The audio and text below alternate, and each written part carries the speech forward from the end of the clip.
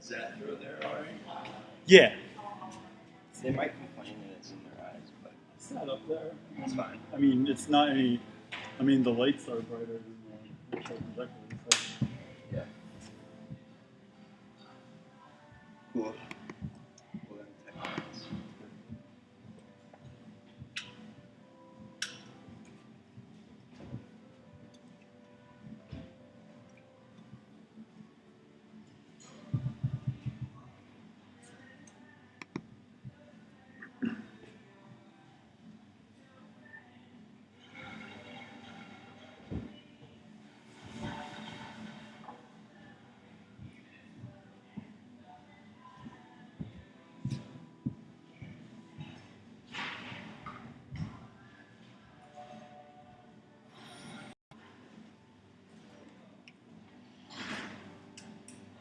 I want to come up with a solution primarily for the calendar.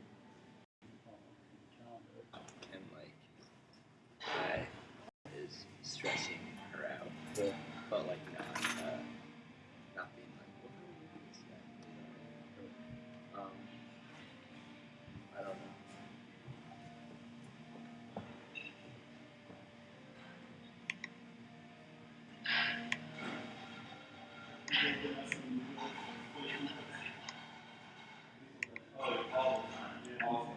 Ever since I sent that email, Yeah. I think everybody I know is All this happening. I remember. yeah. They might.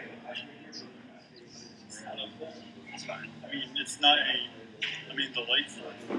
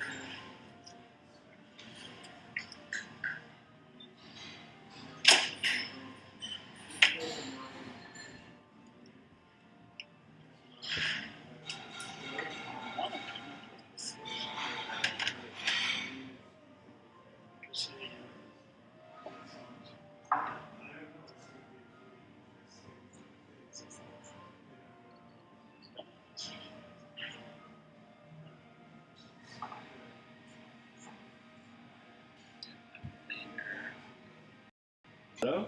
Yeah. Samantha Jones, Sean Carter, so Jay-Z. Nice. Will big Vale. drop. Yeah. Will Vale. And then that's it. Not only having 3 this month. She sent Jonathan Weishart a email, like an apology for being a jerk. Wow. Really? Yeah. That's noble. Yeah, and then And probably warranted. well, then I said, you know, like, she had mentioned something on her Facebook about, like, bombing in Rhode Island. And I commented, I actually sent her a message, and I was like, you didn't bomb. You actually had the crowd on your side until you started attacking the other performers. Yeah. That's what I said to her. And then That's she it. sent me one back. She's like, yeah. She's like, I'm sorry about that. I just didn't want to come off like a jerk. It just was kind of Weishart upsetting that a lot of people left and blah, blah, blah. She needs to grow up. Like if she's trying to be like a professional, Yeah. like which is her seems to be her MO. Yeah, that's her It's goal, like then I guess. handle yourself like Mhm. one. You know what I Well, mean? that's- It's like it's yeah. very. I thought that whole thing was really strange, and I thought it was weird because it's like as I sort of was saying to you, like I've never seen her do stand up. Mhm. I've like only known her Yeah. like as someone from Yeah.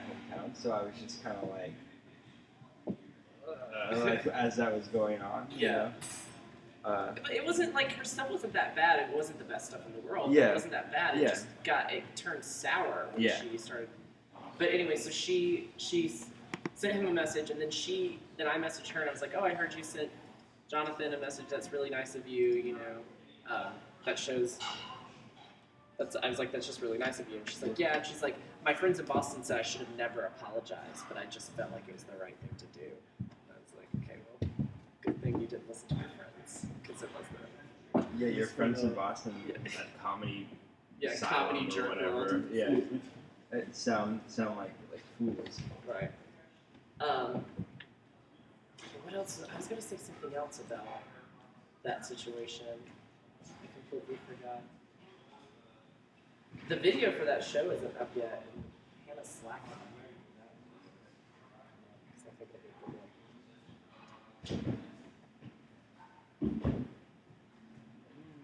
I have to go by Kevin and Justine's to get some paperwork that just printed out for my second job. Second job. Are you over there yet? No, I'm moving May 1st. The drive So facility. I know. Is the Phoenix writing something about you guys? Yeah. Okay, because Matthew Lawrence said that he wanted to interview me, and then he just hasn't gotten back to me yet. Oh, he might have wrote the article already. Oh, just without me, even though he asked me? Yeah, he might have. He just asked Joe and I for an image. Also, we couldn't tell if he was like in on the joke or not. Because he's so deadpan. Yeah, you he's know, very deadpan. And we couldn't tell if he was just like fully in character. Just being like, yeah, so it's like, da, da, da. But like we were talking about like Michael Stevens and all of that stuff. Like We're very fake people. totally in character, like totally serious, and you're just like, yeah, it's interesting. Like, so I have no idea what that article is going to come across. Like, That's funny. yeah. I was hoping that I would be interviewed talking about the Lulz thing. I'm like, yeah, that's a free press. Give it to me. Yeah. Didn't. If you do talk to him, I mean, we talked about Lulz and him as well. And Yeah. he asked, which is probably how he made that connection to talk to you. Mm-hmm. But if he does talk to you, we're a jingle company. Yeah, you're a legit jingle company at this point because you don't know if he's on the joke or what. Yeah. I gotta do posters. The other day, the College Hill Independent asked us for a jingle, and we quoted them at 200, and they're like, that might be a little too much, and then we quoted them at 100, and then if they say no, we're gonna be like, all right, how about 5? So we've gone from $200 to $5. Yeah, you've dropped like so much. Yeah. No, don't do it for 5. But we just think it'd be at that point. We just think it'd be really fun. Be like, our prices are negotiable, as in $200 to $0. Right. What did they want you to do for their jingle? I don't. I have like, it's so funny, I have these magic mushrooms that I've had for a long time. No, I came here to an event. Oh, I made it on the public. What? I made it on the public count. Oh, I put it on. Boards. Yeah, sure. Okay. Fuck, why did I listen to Jonathan and put 2-step verification on my SG20 email I account? haven't done that.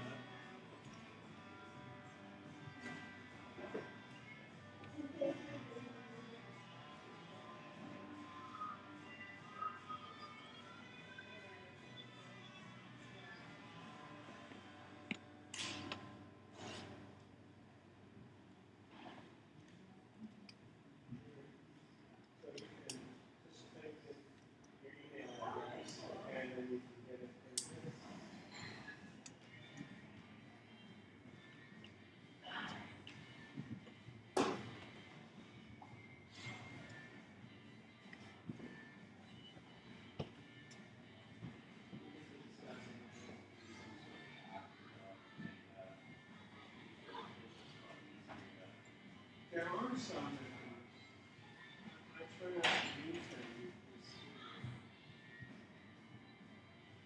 business card, you know, because I know we use them. Yeah. No, I mean, it's like, You can just scan them and if you pick it up here.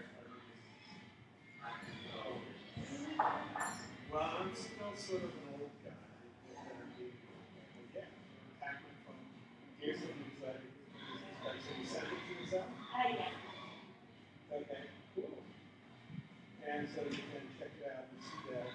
there actually are people who have that and develop that. And, Yeah. they're trying to implement it, but I don't know.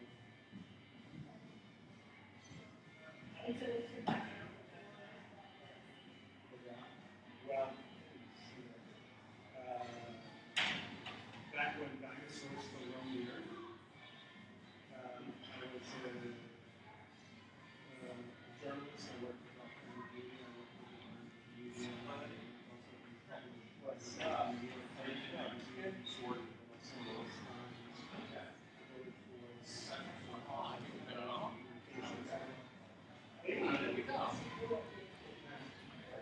I thought I'd walk by and I was like, hey, he's going this way. Hey, well, you could have gotten your coffee. I didn't know that. I didn't realize that. Well, this is good, so I appreciate that you also had been on the moderator panel. So you probably the most appropriate guy. But it doesn't mean that wow, I'm on this mic. Oh, really? Really? Yeah, I was doing it last week. You did your really? Yeah, it was a lot of fun. It was a lot of fun. Well, the key thing on that is not to know who you're on with. So, I mean, if, usually it's when we show up. Okay. All right, so the key thing is not to get what. That's it. That's right. Right. The idea is to jump in and it's in your and to make sure that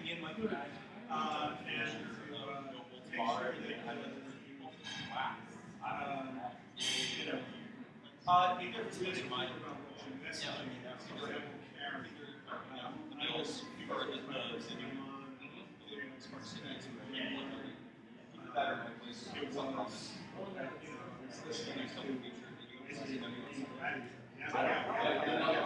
They go on forever. I said, well, and then they get right and come in and say, I've got a gut feeling it's the open challenge. You're gonna do a lot. I'm guy who's the biggest New England wrestler. They say you don't see that big guy Anderson. Also the pantry. so, yeah, I heard it. I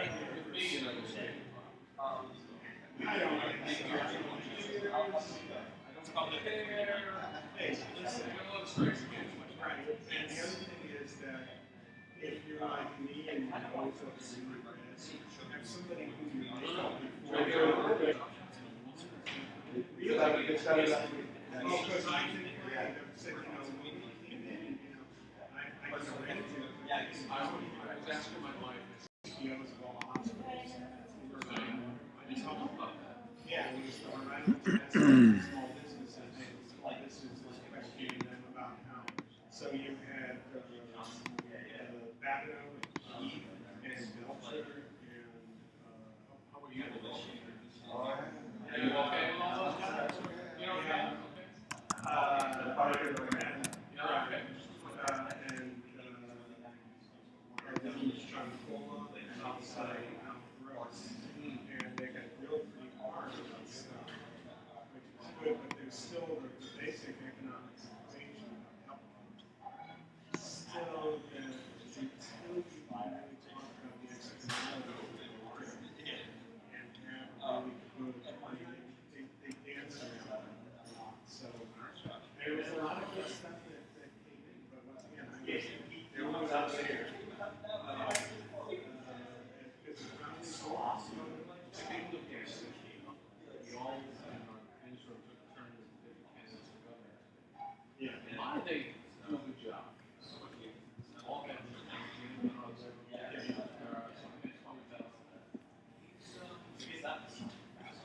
you still feeling this way, but answer and not answer questions when you put so no time at all to pick up on that. So, well, it's interesting because none of the candidates, have answered any questions about healthcare. I mean, is healthcare, is it a public health issue, or is it an economic health contribution? Are you really trying to improve public health, or are you trying to create more jobs and more money? And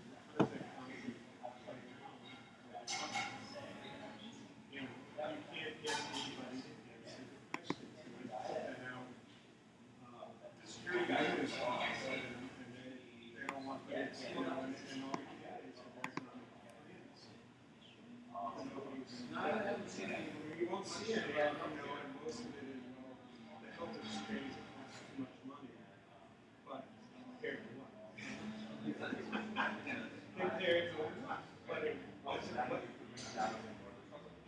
Right, and so then people will say, well, Medicaid, that's not bad, because it's going to cost the state money, and then you say, well, what do we pay now as a result of charity? I'll let you know. I'll shoot you a text. I'll let you know about the targets. Wrestling movie double features. I think we want to do another one for low 1 and 2.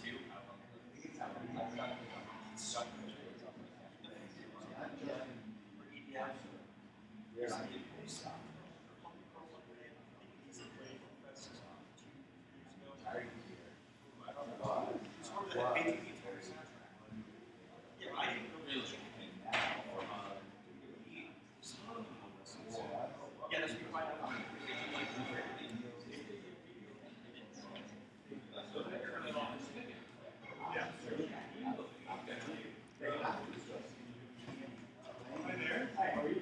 Good. Convergence RI. Yeah. Must be the shades. Oh, Steve Klein.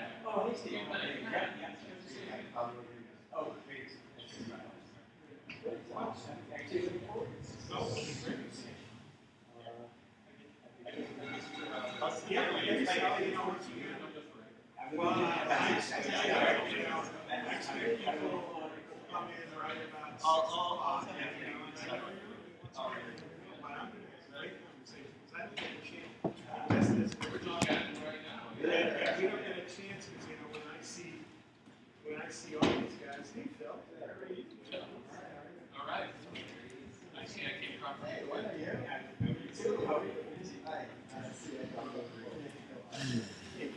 I hear you're running the beer tonight. It's good. Yeah.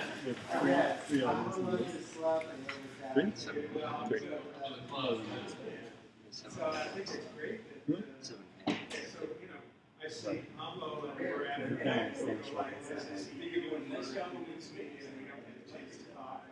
See Phil, we're at a conference, we don't have any time. So I'm on this is going to be great.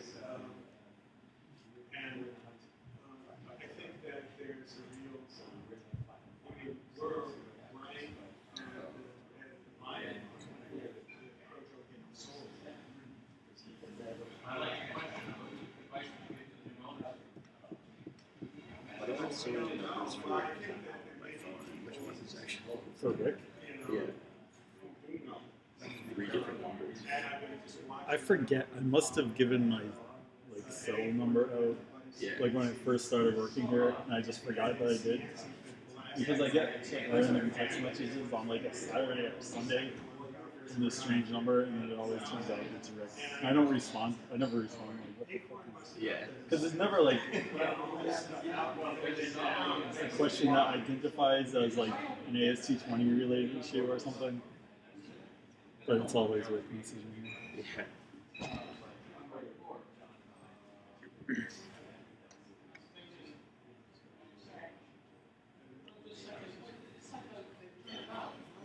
Henry model minus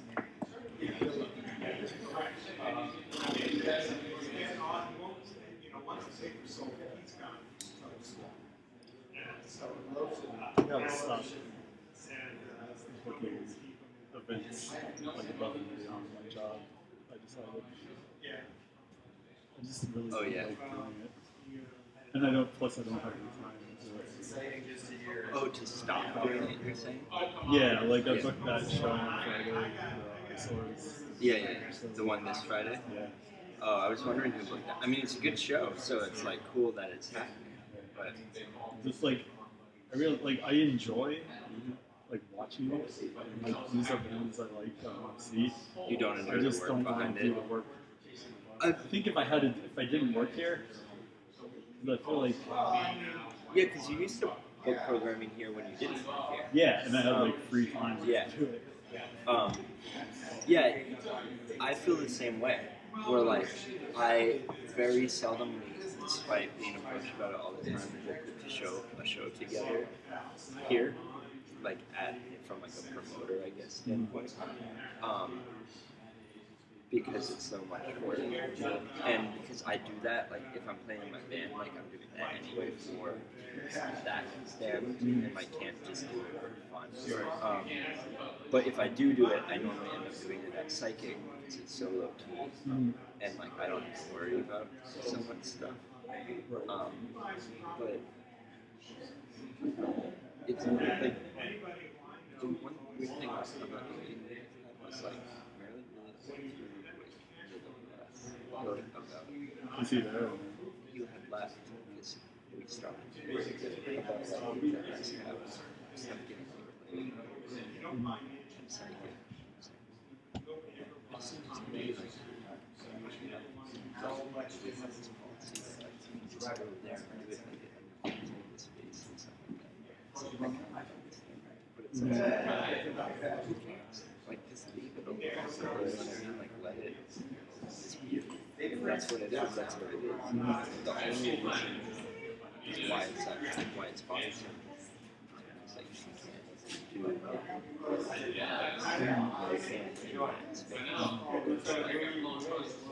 Yeah, that's just the nature of it. You know? I don't know. There's something weird about that. About 6 o'clock. Well, a little addition to 5:30. You grab a big seat and you're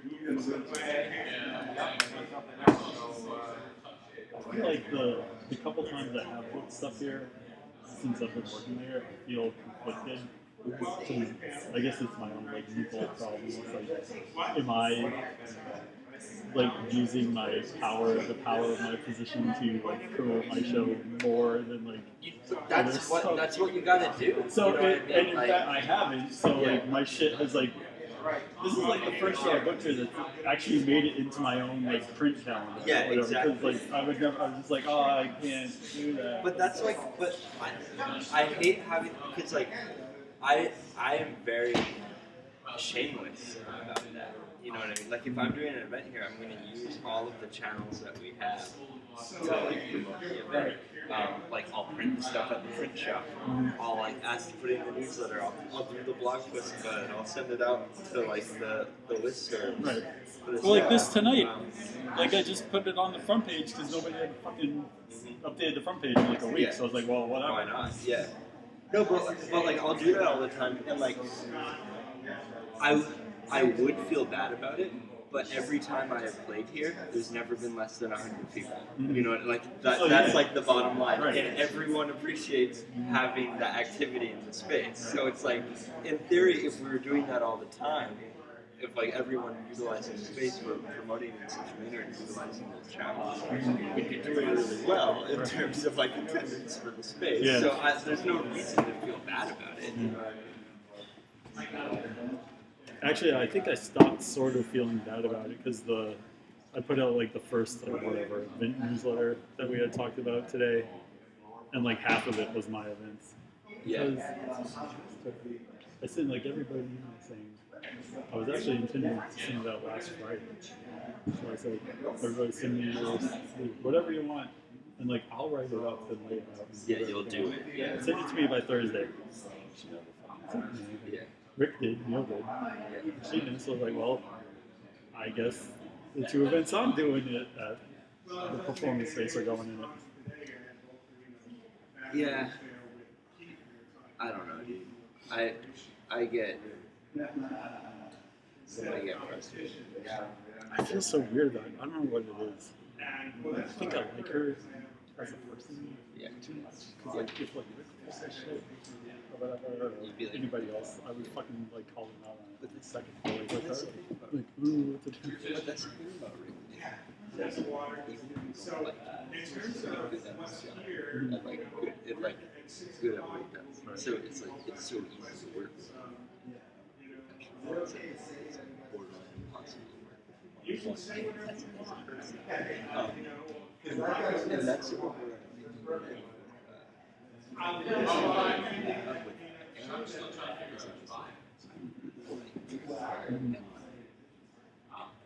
who doesn't? But like these are some of the problems. I don't know what to do. I don't know how to approach it, and I don't see a way to address specifically the problem in a way that is not some kid my boss.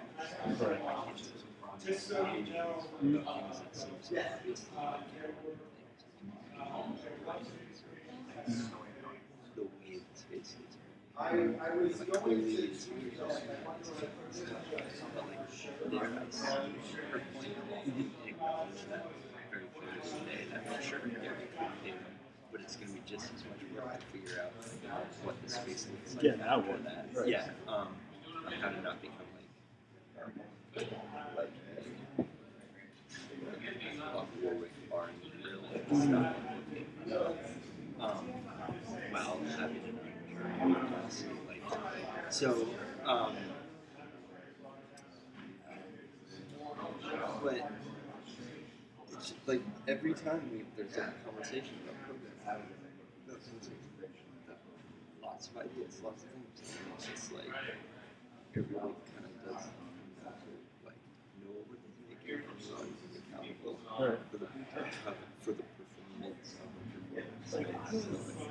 Well, like, I was flabbergasted that I've been like added back. I guess it makes sense, but it doesn't to me. To the hardcore club meetings, there was that one where she was like, Shay was like, oh, I want you to present on like ideas for like better communication.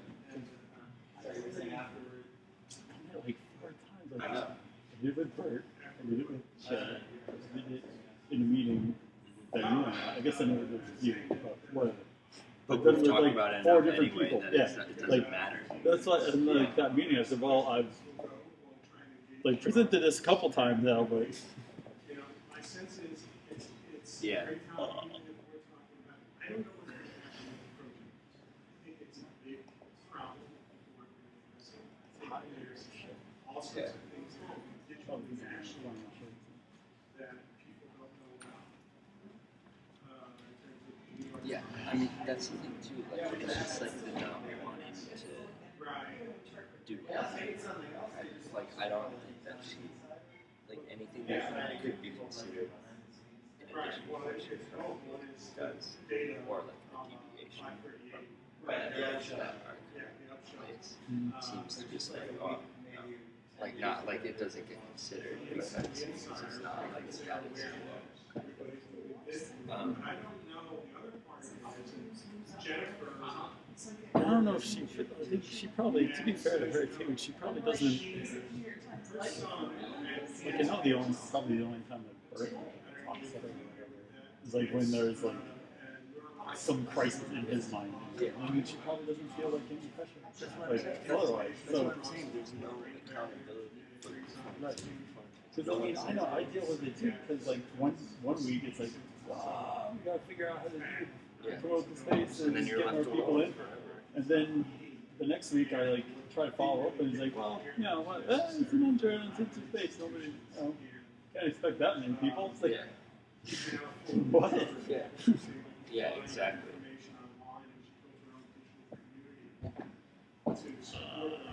So 2 weeks ago, I walked for the first time in 9 months. So she'll be here. She runs her own communications firm, but it's a sense of. I don't know, dude. Sometimes I wish I never worked there. Because like, well, no, not because like now I know I've been exposed to like how AST20 like really works on like a daily basis. Where before I was just like someone who showed up here and like everything. Oh, this is fucking cool. Yeah.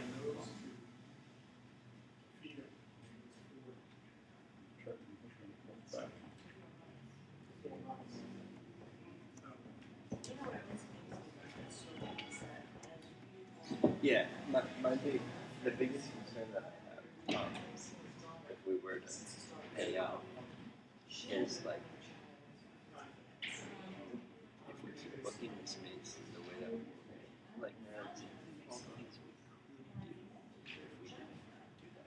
And it's kind of like, look, if you keep looking at space the way that's going now, it really will be like bar and grill, like ends of the stuff, coming in like squat covers and stuff like that. Because I don't think like it's any kind of solution to the attendance thing at all. It's to her, it's not even about the attendance. It's about what I think she has like a really perspective about it because it's like she's like we're marginalized. That want to be with her.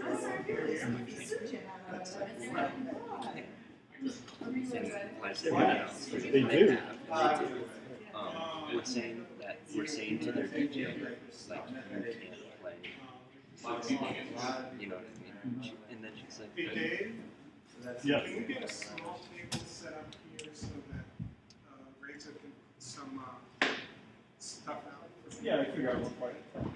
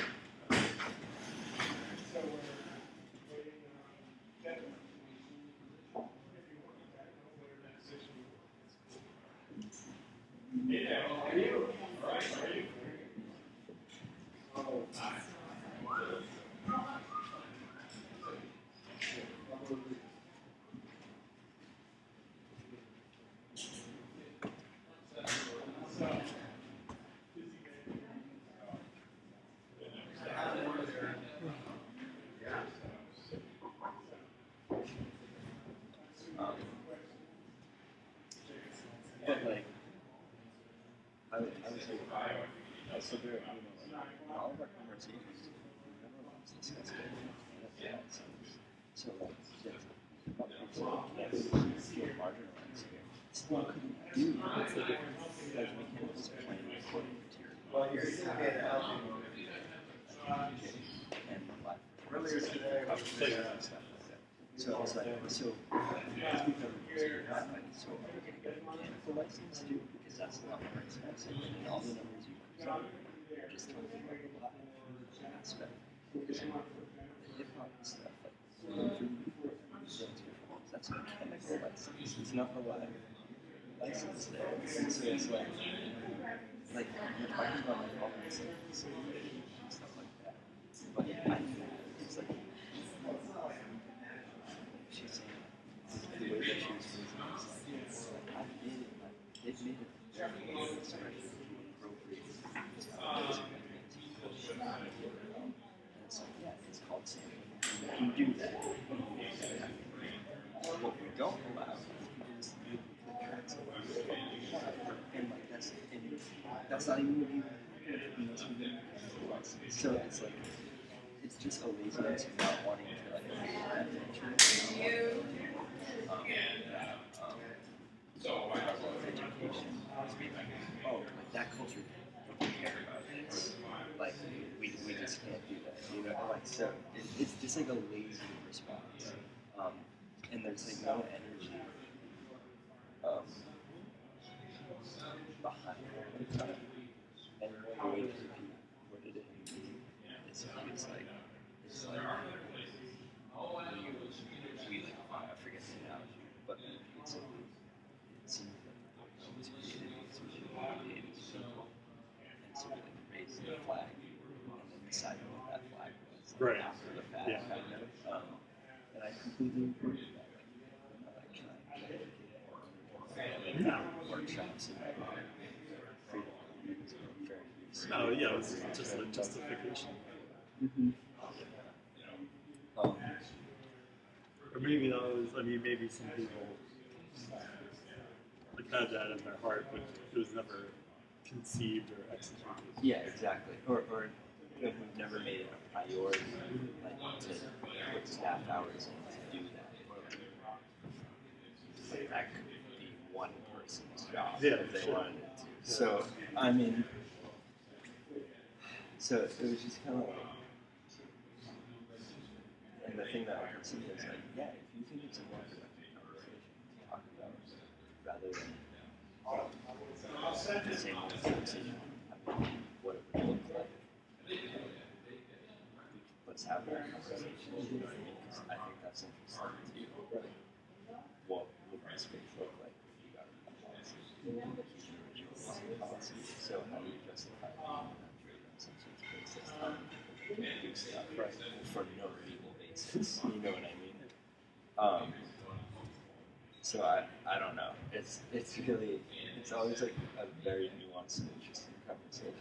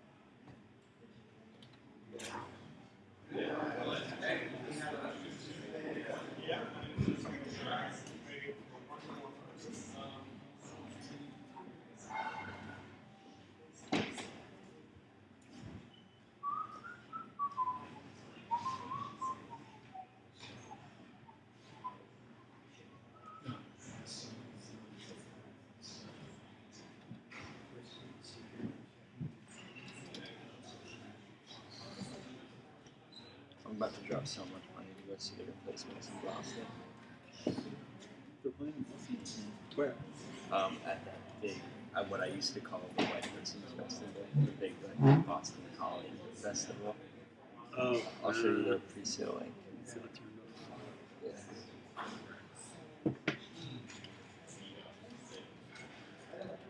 I was hoping you'd say like a pair of something. Oh God, imagine.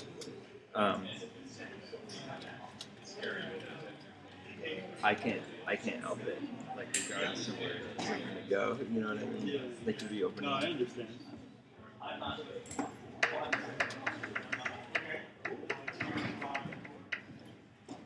We bought such stupid concert tickets this summer. Like, I don't even know who the fuck they are. My wife likes Foster the People. Oh, I know that band. Yeah. So we're going to see them. I'm sure They do that like one song that's like. they have like, all I know, the only time I've heard their songs has been like commercials. Yeah. And then this is like retro, like high school thing for me, but we're gonna go see Soundgarden and Cheers. Whoa, nice. I would go to that. Chris Anderson's going. We could make it a AST20 field trip. What's the difference?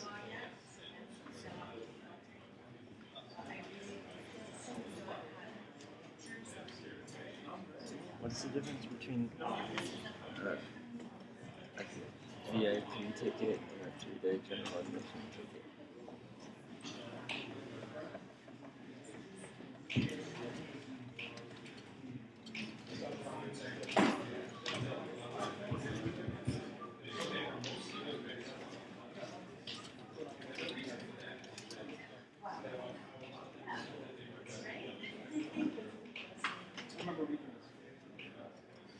How did the ice cream float show go? It went really well. It was a lot of fun.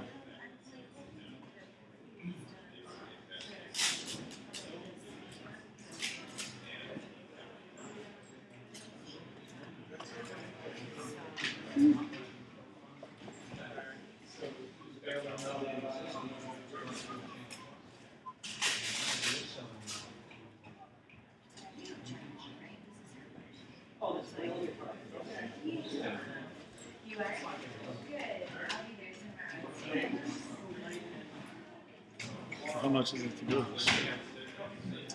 Well, these are all the bands that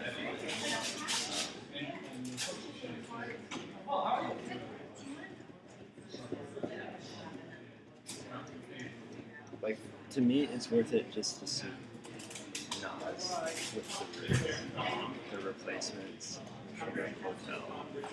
I like Girl Talk Alright. I like the whole story. I like Future Island. So for me, it's worth it just for those bands. I don't give a fuck about. I don't even know. I've heard of it. The only band I would want to watch would be That's the only one. I mean, I like those. I don't care what they But like, I wouldn't even care about the national award. Like the headliners. I don't Yeah, even think I've ever. I don't even know who the song. I don't even know who the national thing is. And who the fuck's Childish Gambino? Don't know. I wish I knew what days they were playing, so I didn't have to buy a 3-day pass. I would just go to their replacements. Yes, sir. If you're ready to go, I can do it. Yeah. So, I'll give you on.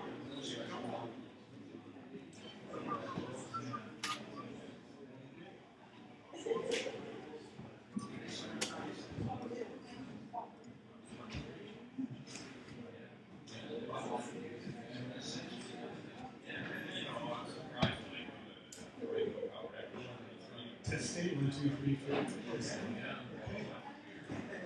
right, is everybody now that everybody's warmed up a little bit? What? No, she cancel out.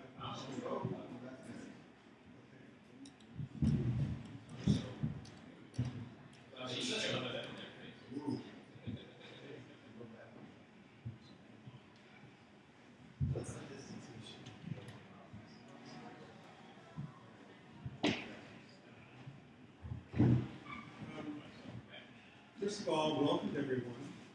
This is the first community conversation forum under the guise of Convergence RI, which is a new online newsletter that covers the convergence of health science, innovation, technology, community, and research. The idea is to create a comprehensive, cohesive coverage of the world of all those ecosystems and how they merge. And our conversations that happened with a number of you was the realization that we've come to sort of crossing the river of where digital media is in Rhode Island, particularly with the looming sale of the Providence Journal. And I credit Phil Isle with really creating some of this because of his aggressive attempts at engaging the Providence Journal dialogue that just didn't seem to go anywhere. So I felt that it would be great to broaden out the topic and have people talk about what it means to have a community in the digital world. What does it mean to participate? Are you a member of a Facebook page? Do you tweet to each other? How do you talk to people? And to have folks who are really part of the news establishment as well as the PR establishment as well as the community establishment to have that dialogue. So I wanted to begin by asking a question and then having people introduce themselves by answering that question, which is, how do you see, what community do you belong to? Who do you talk to? How do you define your community? Let me start with Steve Clampton, who's an ACE reporter for WPRO. Hi, been a reporter at WPRO going on about 15 years, and been in radio for most of my career, which goes back another 15 years before that. But really, in the last 6 or 7 years is when we've seen, taken the digital initiative, going on to social media platforms and our website. And now we're focused quite a bit on that. That's quite, well, now it's sort of old hat. We just tweet covering stories, we post stories to our website once we've gone out covered them, and hopefully adding to the mix. What community do I belong to? I guess you'd say pretty traditional media, traditional reporting. In addition to being a reporter, I'm an anchor. I host a radio show on Saturday mornings on WPRO.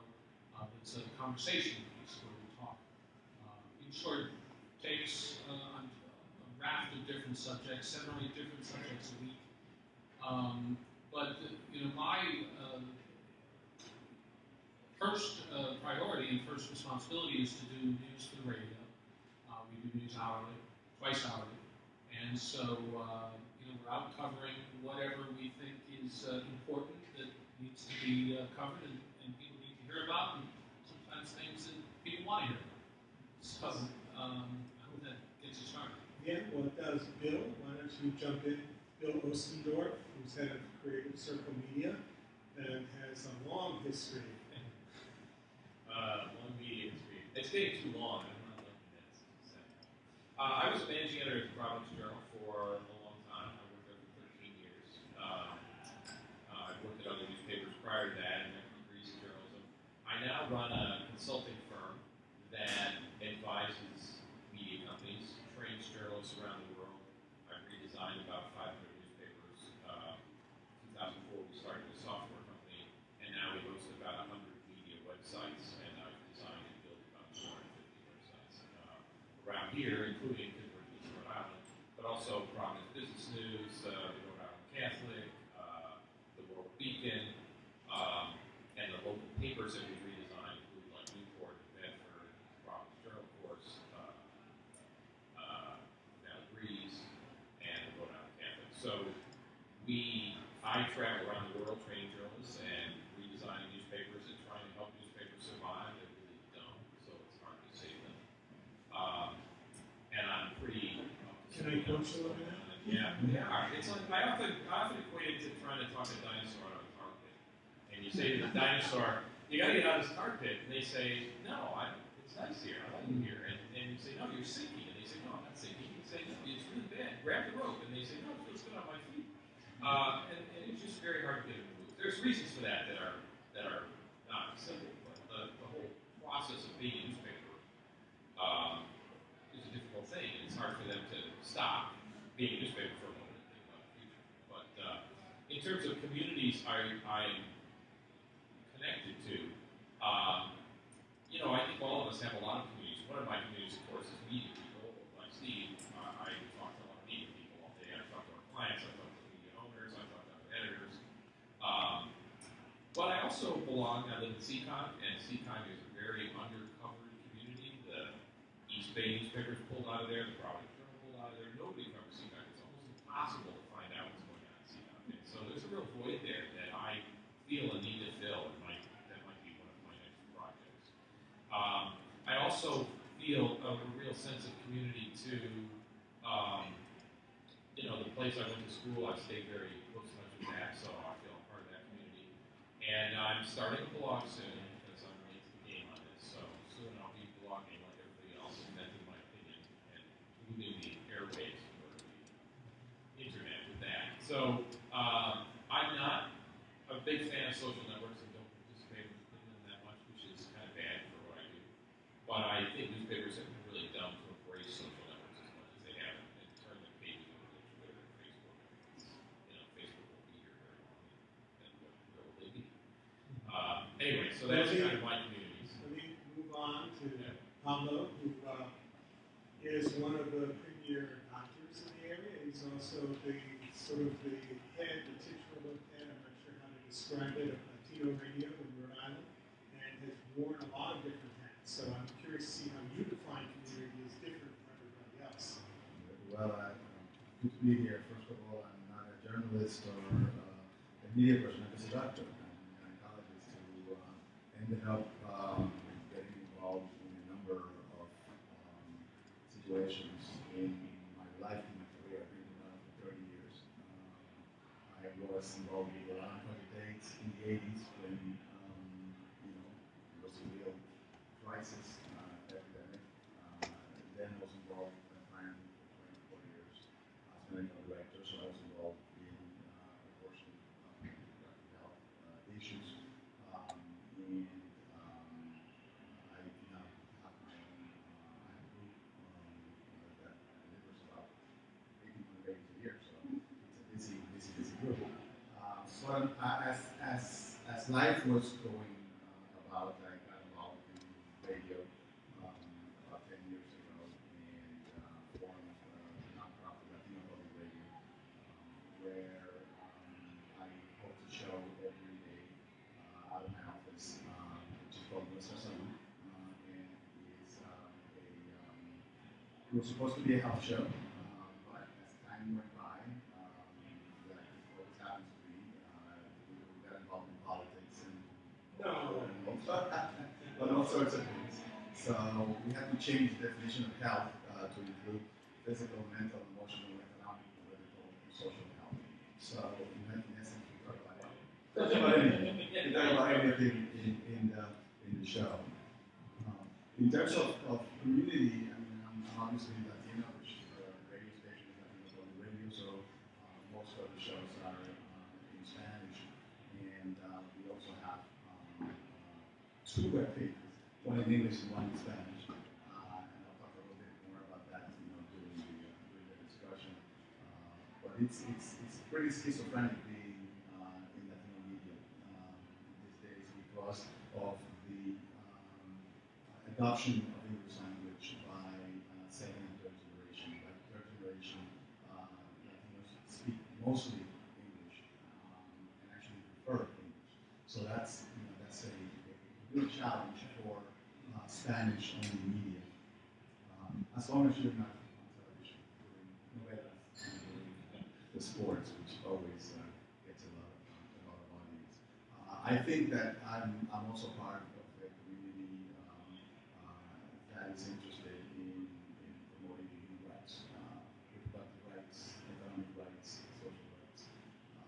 So part of what we try to do in the radio station is precisely that, making all the connections to the health of the community by not just talking about the physical. So let me turn the microphone over to Reza, who is a digital storyteller and one of the pioneers in sort of digital storytelling in Rhode Island. Thanks for having me. I was sitting here not nervous up until 30 seconds ago, and I was like, woo! So I have to kind of use one of the techniques that I share with people when I'm talking to them about how to do some public speaking. So move around. Don't let your movements get you. So I kind of describe what I do as digital storyteller, writer, and cultural navigator, and it helps to speak to the different communities that I'm part of. And so for sure, similar to what Steve was saying, and I'm sure that Phil will pick up on, I do consider myself part of the reporting community.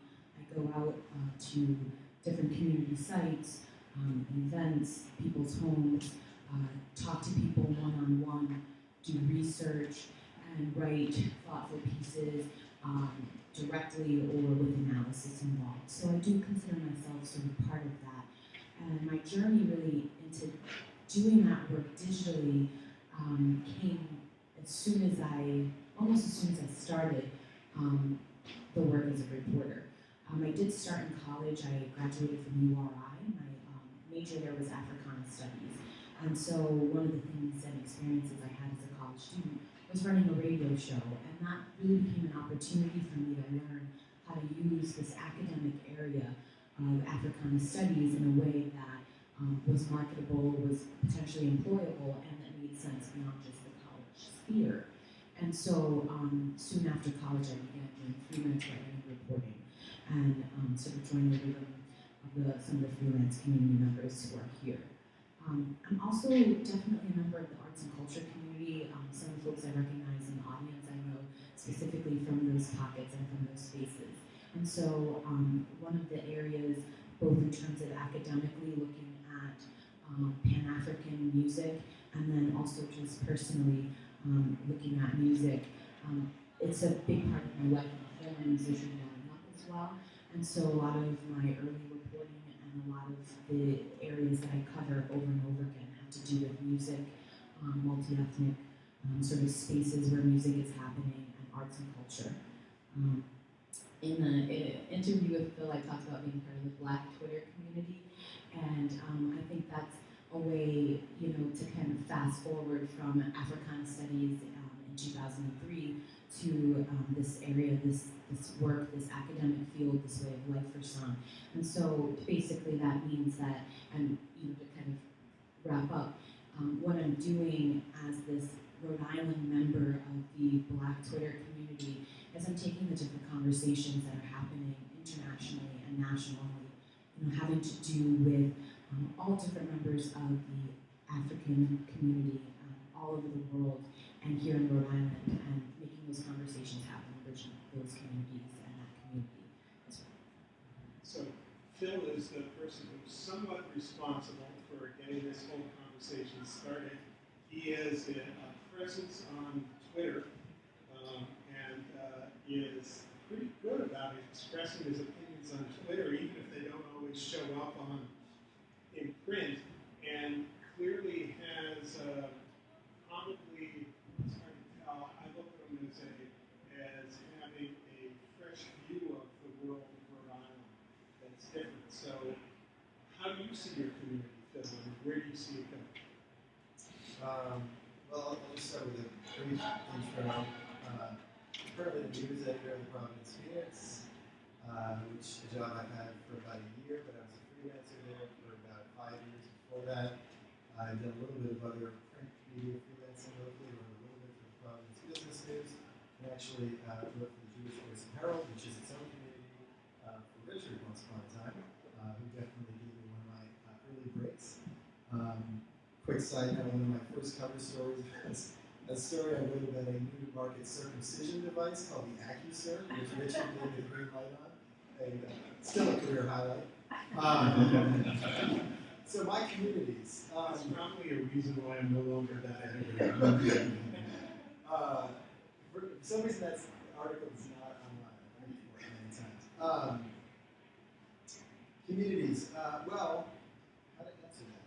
I actually had to step back and defamiliarize myself for a minute with the fact that Facebook and Twitter are my communities because they seem so natural to me. It's the air I breathe for many reasons, because of my age, I think, because I'm one of those so-called digital natives, but also because the Phoenix is so small that I don't really have a newsroom. So throughout the day, instead of going over to a reporter or editor buddy of mine, I'm sending a message to somebody or I'm tweeting at somebody. And so that's, the Facebook and Twitter are definitely my communities, though they are different communities, which we'll get into a little bit later on. I'd say my parents are their own little community. My mom is here, so when I eat dinner with my parents about once a week, and that they live in Providence, in the house where I grew up, that's its own community. In my conversations with them, I get a window into what they and their friends are doing and thinking about. My girlfriend is also here. The people we hang out with, that's a different community. It's literally on the other side of town, the west side of Providence. It's a lot of artists and creative people. That's its own community. I'd say the one I really want to focus on just briefly is being a young Rhode Islander, and I don't mean to sound negative, but perhaps a community of one is I'm kind of angry about the state that young people stand to inherit right now. I'm angry about 38 Studios, that happened, and that we still don't know what happened. I'm angry that Brown hasn't divested from fossil fuels. I'm angry about the recent raid that took place at the State House. I'm angry that 2 gubernatorial candidates declined to appear on a climate change panel tomorrow.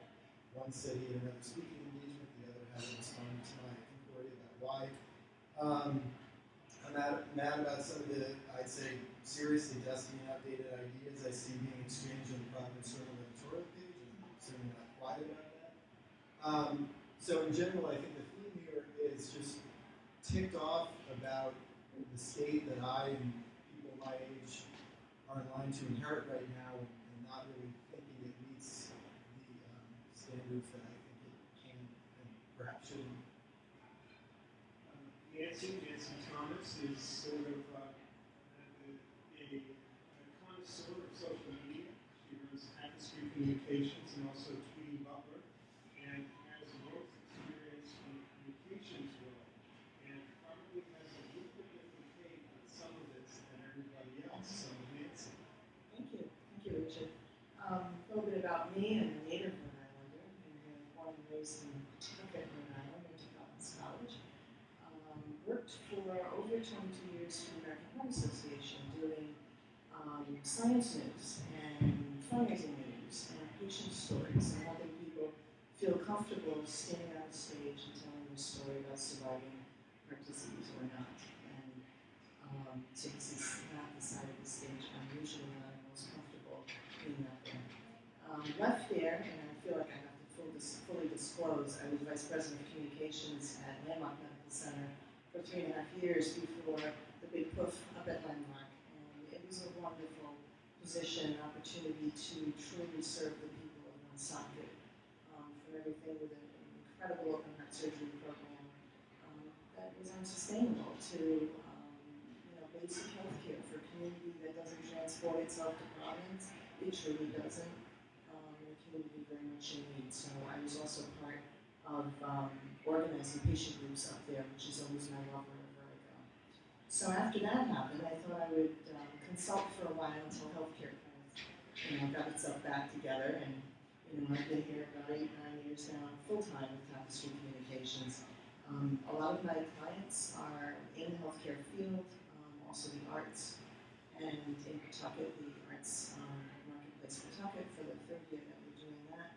I have a full service PR marketing company, so I am in the alternative media as much as I'm in the traditional media. Providence Journal is on my speed dial, so I deal with very traditional media and hear their concerns, as well as the clients I represent who are struggling to figure out where to put small advertising dollars, where to tell their story. The whole, nothing is as it was for them. So I serve as program director for the Rhode Island Executives Association, which is the state's oldest business leads group, and I bring in special speakers to their group. And they don't know what to do. They don't know where to spend their dollars, how to get the word out about their businesses. So it's a very interesting, being the only person here representing that agency. I know Jennifer would have been here tonight. There are agencies that still look at traditional measurement of media. I don't know if you'll feel this, and looking at arbitraries and looking at things like that. But it's not always, if you're strategically reaching the audience you want to reach, it doesn't matter where you're going. As long as you get people that you want to target are really hearing you. So I help people kind of get through that morass of information in a very fluid media environment in this state. The person who's not here tonight, which is Paul here, is Jennifer Toon Corbett, who runs Into Communication. And she has her own personal story that she was going to tell tonight, but I'll tell it in terms of opening up the next round of questioning. She has now a 5-year-old son, Edward, who was stricken with PANS, which is an acute psychiatric syndrome. And as of 9 months ago, he stopped walking, he stopped talking, he stopped eating. He was prone to OCD rages. And the response from, say, the traditional medical community was to stick a feeding tube through his nose. And they went to Bradley and was told that the problem was with her mother and not with what was going on with him. And they have now, her son is 5 and he's made what seems to be a remarkable recovery. He walked for the first time in 9 months a little while ago. He's able to verbalize and talk, he's able to eat. And he told his mom recently that I'm better. And it's an amazing story, but what came out of it was that her community support was a Facebook page that we had to join and be committed on, and so that all her strength came from this engaged community.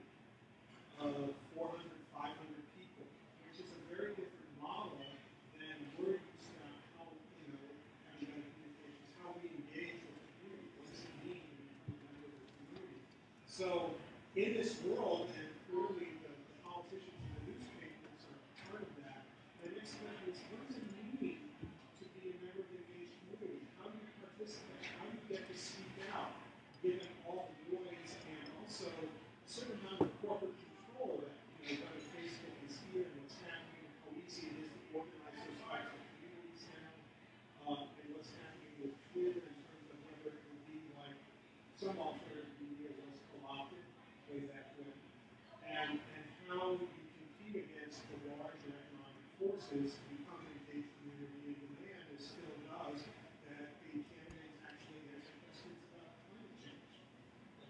And I need help who wants to jump in first. If not, I'll choose.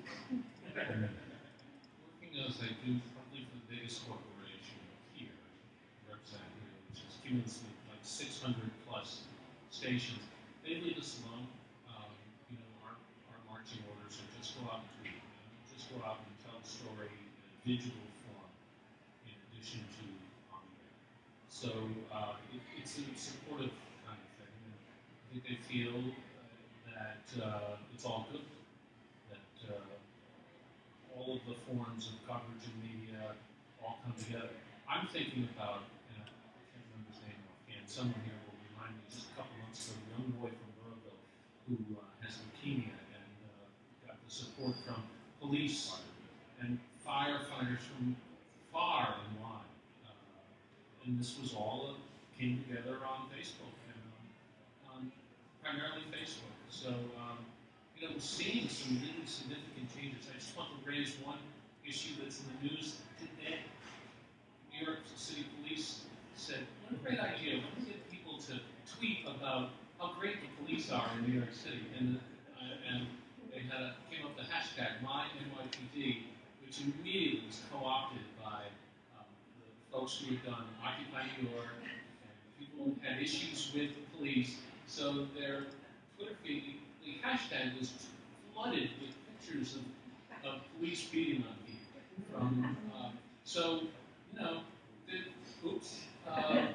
There's a lot of power in the digital media, I find, and for good or for ill. And I'd like to think that we bring a traditional news nose to what goes on in the digital world. We use Twitter as a guide as far as coverage goes. We're not going to just report what we see on Twitter, on the tweet, but we're going to check it out. It's a great guide. I don't know if that starts us where we go. For us in the public radio, the digital media has allowed us to create an engaged community that doesn't speak Spanish. At the beginning of the station, it's all in Spanish. Therefore, you needed to speak Spanish in order to know what we were talking about.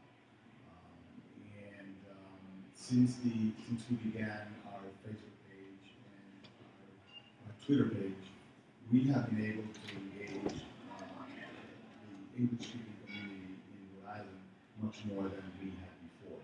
Now people know about the station, not because they listen to it, but because they have read about it somewhere, whether it is on a tweet or on Facebook or an article in one of the periodicals here in Rhode Island. So it has become a very, very important aspect for us because of the adoption of English also with the young Latinos throughout the country. Like I said, second and third generation. By the third generation, 90% speak English well or prefer. So what we have in the Latino community is very interesting because we have a digital gap, but it's a digital gap based on age and based on length of stay in the country. And somehow we have to talk to both sides of that equation, because otherwise we're doing an incomplete job.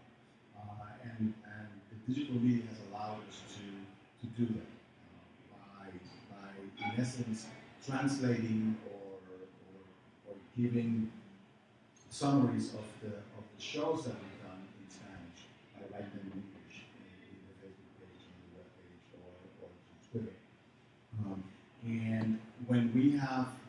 we have politicians every Saturday. We have 3 or 4 candidates every Saturday. Most of them don't speak Spanish, so we have to do the interviews half in English and half in Spanish. What that has allowed us to do is for the candidates and for us to be tweeting, to be as we do our interviews, and it's bringing in more people into the conversation, which has been really, really remarkable, because I hear from English-speaking people that are listening to the station now, especially during those shows. At least the politicians will go on your station. You know, the topic of the NYC police, I think it's really interesting to remember a few months ago Brown and kind of think about what social media did, right? So, you know, the New York City police had the resources of Brown University and the Brown University president saying, come, speak, do your PR thing.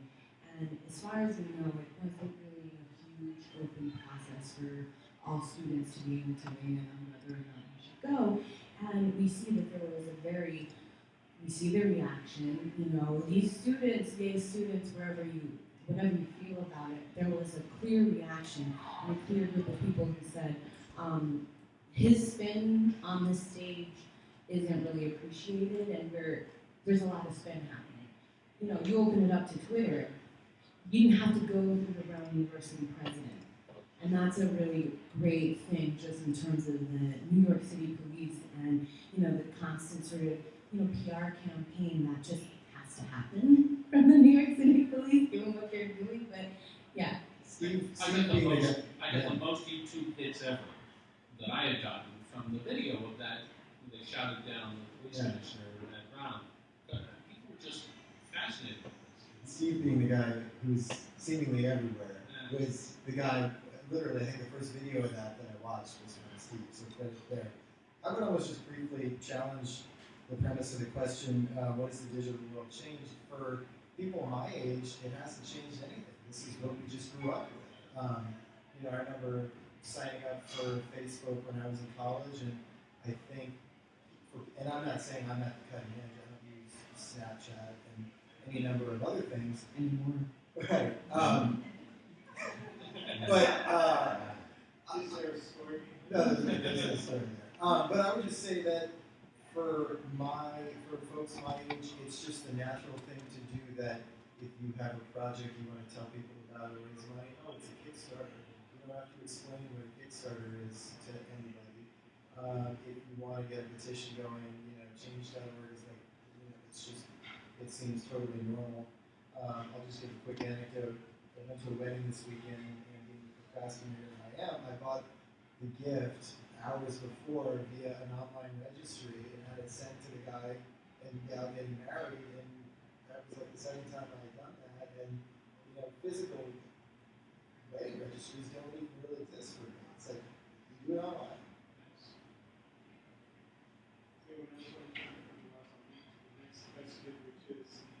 In some ways, if you had advice that you could give to the new owners, potential new owners of the Providence Journal,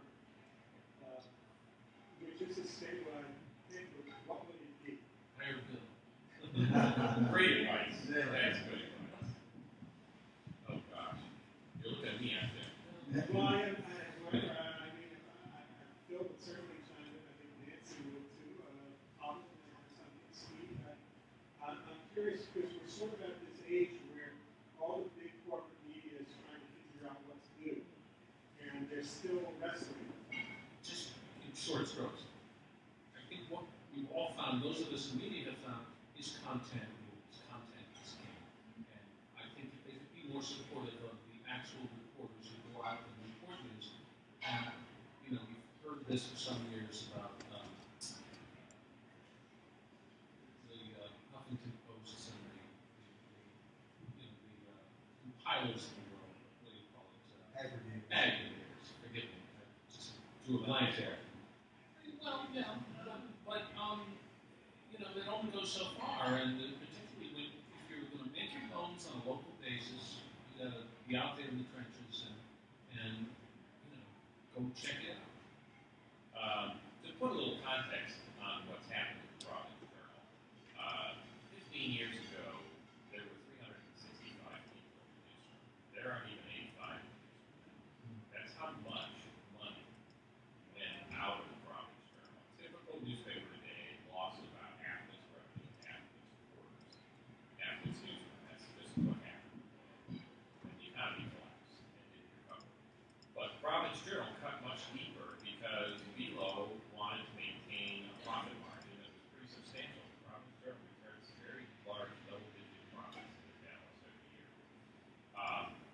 as a result of that, I think a lot a result of cutting back on local content, the Providence Journal fell in that time period from the 42nd largest paper in the United States to the 98th largest paper in the United States, which means that compared to its peers, it collapsed.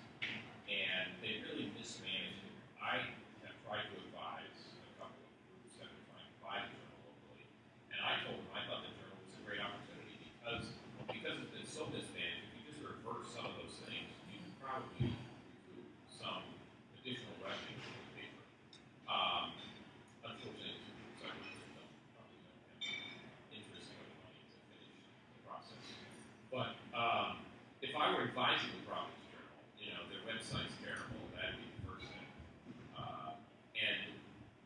One of the problems with the Providence Journal that you would know from outside is it's a terribly ingrown place. Everybody there has been there forever, and it's old. It's very old.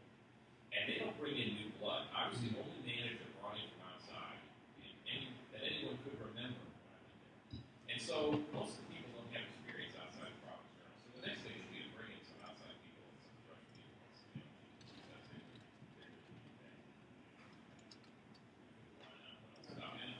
I have a list, so you're going to have to stop me. How long is the list? If I could resist, you have to be able to. In no particular order, give every high school and college student in the state a free digital subscription. Open up the archives and encourage teachers to use it as the incredible history, current events resource it could be. This is a small thing, but the New York Times has a store of the photo archives where you can order prints.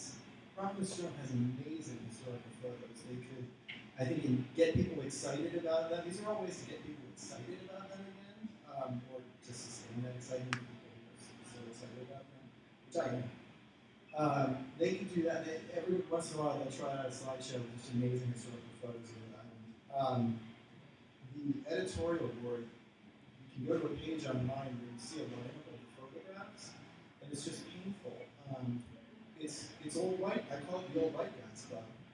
There is one woman on there, but that needs to change. Period. What else?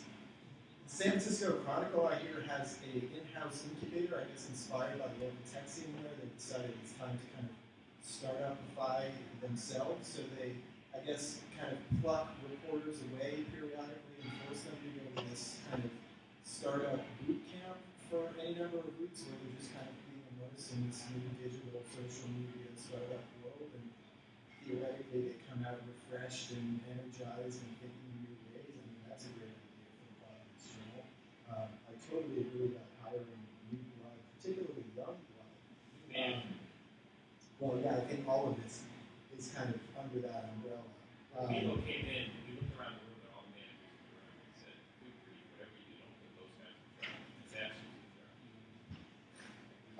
I would also say just like little things, like get rid of the comic section. How much are you paying for that? And how much better could that money be used somewhere else? Pour it into investigation and filing FOIA requests, which after all are the things that are going to get people, that are going to bear the fruit, that are going to get people reading the paper again. Is anybody going to miss the comment section? Yeah. Okay. Well, I would hear the counter argument. Be surprised. I will. Admittedly, all of these changes are going to come with some degree, perhaps a large degree of pushback, and it's going to take the strength to say, you know what, we're done with that. Because guess what? The comic section hasn't saved them. Any number of things. A friend of mine, just a journalist, pointed out that they had an editorial about China the other day. What are they doing that? Why do you need to write an editorial about China? Write an editorial about Tucket. Or CCOM. Right. I would just jump in. I think the number one thing that will improve them immediately is local ownership, not being owned by Belo. Some of the decisions, their website is stuck with the Belo website. They can't get it out. They can't fix it. Having people who are vested in Rhode Island for a long time and not buy it as a profit. We've seen for-profit hospital purchases. We don't need that model with the Providence Journal. It's somebody who's truly invested in the success of local ownership, telling the story of Rhode Island. I'd love to see them get back to the days when they had regional offices, what we saw what happened in the patch. Tried to do that, and now they've got one more person, Mark, who's running the entire state for patch and doing an okay job. But one person, I mean, I'm telling you, go up to the Province Journal and there's no one there. So some fine writers. They also have union issues. They're unionites. Not positive or negative, but that's just an issue. So I think the biggest thing I'm looking forward to is seeing some local ownership and then being able to, they've painfully gone into digital media. It's kind of painful, and I think the more they do it, younger people, diverse people, the more they Here's an idea. As we tell young people, smart young people in the state, so came with me. Partner with URI and Roger Williams and the journalism schools in the state and restart the bureau system using college interns or college journalists. It may be some bumps in the road, but that's how young reporters used to run roads, and they can do that again. When to give you an idea of the scope of change when Dallas bought the paper, when it was locally owned, it was owned by 4 wealthy families and their extended families. And it got to be that there were too many of them and they wanted to cash out to some extent. But when the Providence Journal was privately held, the profit margin was 12 to 14%. That was our goal. And any newspaper anywhere could make 10, 12, 14% profit. But when Bilo bought the paper, it was March. And they came in and said, that 12% margin, it's got to be 28 now. And it has to be 28 this year. The Patriots had gone to the Super Bowl for the first time that year. And we had spent way too much money covering it. So we're already overspent. And the only way to do that was to let 100 people go, like right there in the world. And it was awful. And it was not because there was anything wrong with the paper. It was just that their margin had to be 30. And then they pushed that up. Before I left, that was up over 30%. And it's gone up since then. So that's the big thing that's changed and I think the pendulum is swinging back. I see a lot of papers being bought by local owners who are perfectly happy with 12 to 14%. That's a pretty damn good return, and you can do that easily at the Providence Journal. So I'm hopeful that a local buyer buys it, because if some investment firm buys it, it's going to be a disaster. I see that happen all the time too.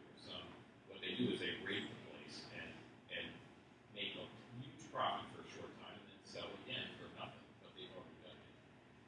I wanted to also speak to the comment around just diversity, and sure won't be a surprise in some ways, but I just really have to echo that, and the statistics really show how underrepresented people of color and women are across the country in not just reporter positions, but in especially management positions.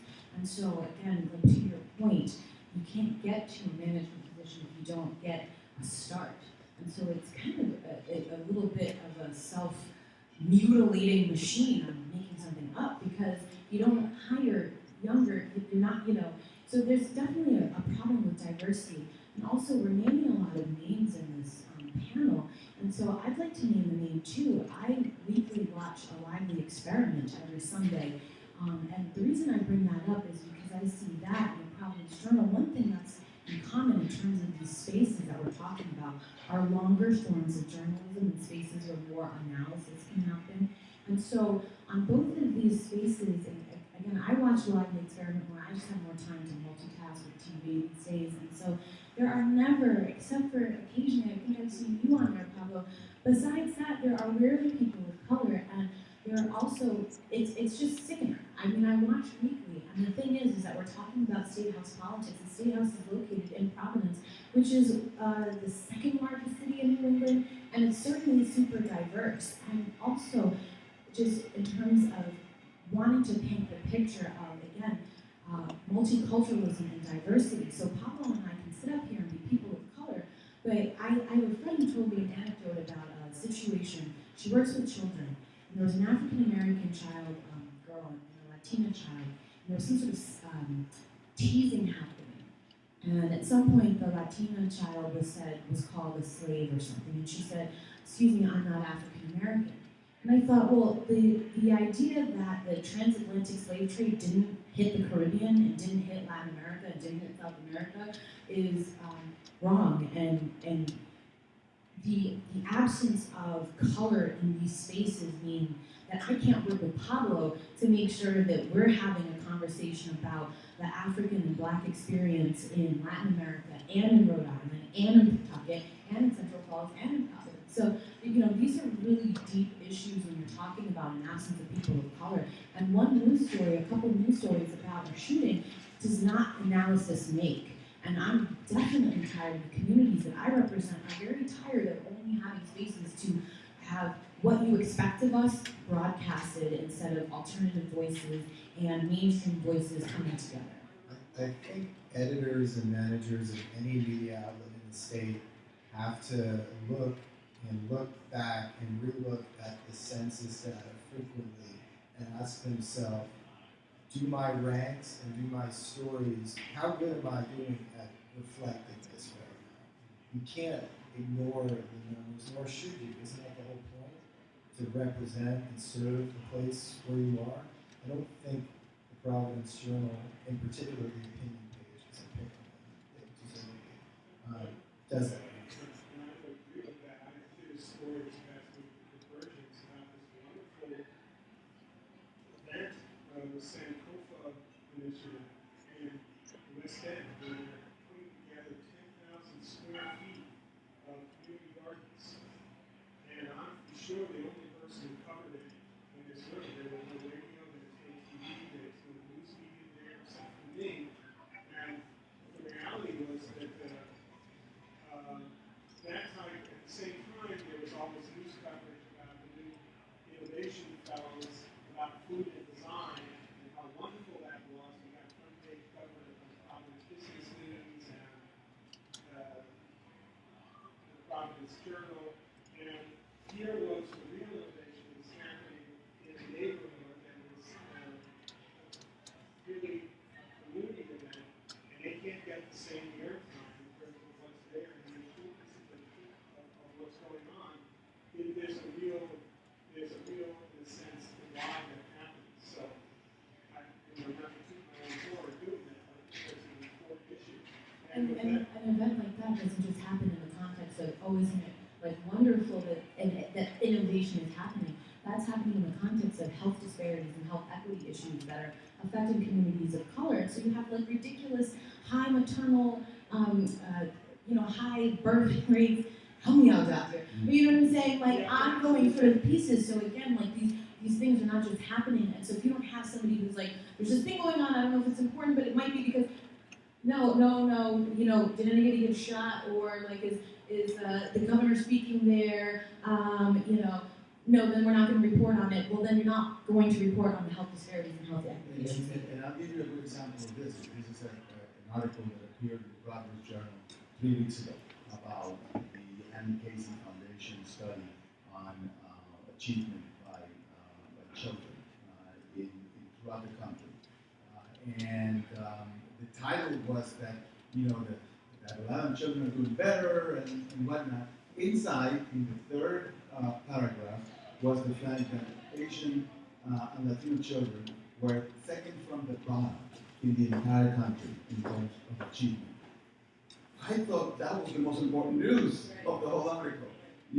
That we have a state that by 2050, the workforce is going to be mostly people of color. And if your children, 60% of the kids in the public system are Providence. So if your workforce is failing as children, what do you think is going to happen, 20, 30 years from now, when your workforce is now adults?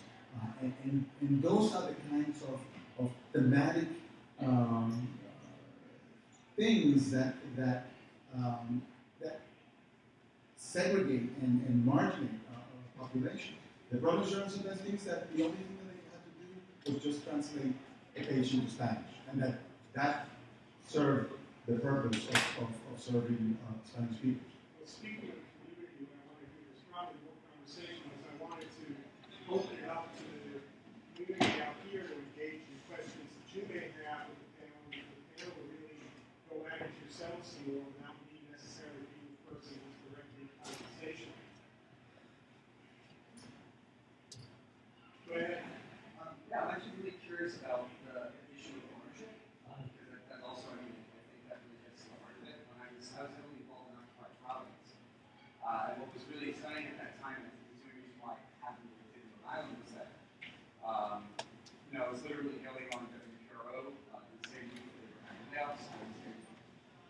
talked to mainstream rodeo reporters who were describing the loss of almost all their friends. In fact, the reporters were up and they would use their goddamn press release, and like, we're all sitting there voting on what we want to say, and it's like, no, we don't have a press release, you have to stick around, and they panic and they leave. Because they just are getting 3 or 4 stories before their days out. So it was really remarkable because, and there was great stuff going on, there was a little dialogue going on, but you never catch it. You have to actually stick around and see it. You could just like summarize it and sound it. There's so many different voices there. But the hardest part about the ownership piece was just recognizing that the biggest part was really how many returns it required to keep this for-profit model going. And it was really, really difficult because I respected all the different media entities which were kind of coming in, but all the young people that were involved in what we call our media working group, they rushed off and hop on Twitter and Facebook. They would do that instantly. So when the reporters did come in, they would generally panic, and I would walk up and be like, hey, Mike, you're white, well-spoken, better than Milan Shiva. I was like, sure, thanks, yes, So it really bothered me that there was really no way to even attempt to get a more nuanced narrative going, even though I was accepted if that narrative was negative. I just wanted to see it get a little deeper. This kind of goes back to what Reza raised, which is all too often the coverage will go to the groups and the entities that can master media, so to speak. And people that look at Nancy, for example, that's her job, is to get coverage for her clients. And I think inner city groups and groups of color and Hispanic Latino groups are going to start to recognize that to get coverage in the mainstream media, they have to learn how to work in media. And as you found, we're all pretty short-staffed, and that does go back to the ownership issue and the profitability and so forth. And we in our newsroom were 4. Used to be 5. Providence Journal News Center 85. Used to be 345. You see, the trends are going here. They published twice a day before. Steve, isn't it also on us to not just let the masters of the media, so to speak, come to us, but to be really proactive and aggressive and seek out the people who have important stories who may not just be. I know, but it should at least, I'm not saying it's not for you, be the goal.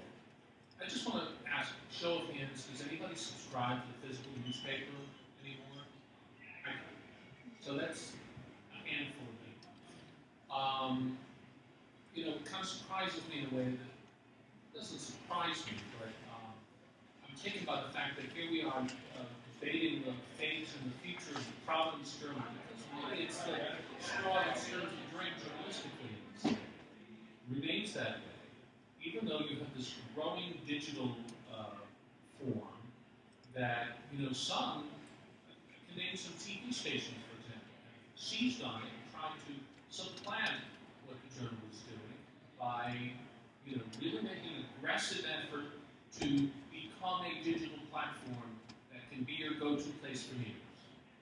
I can't say that we can claim that yet, because we have a small effort. Channel 12.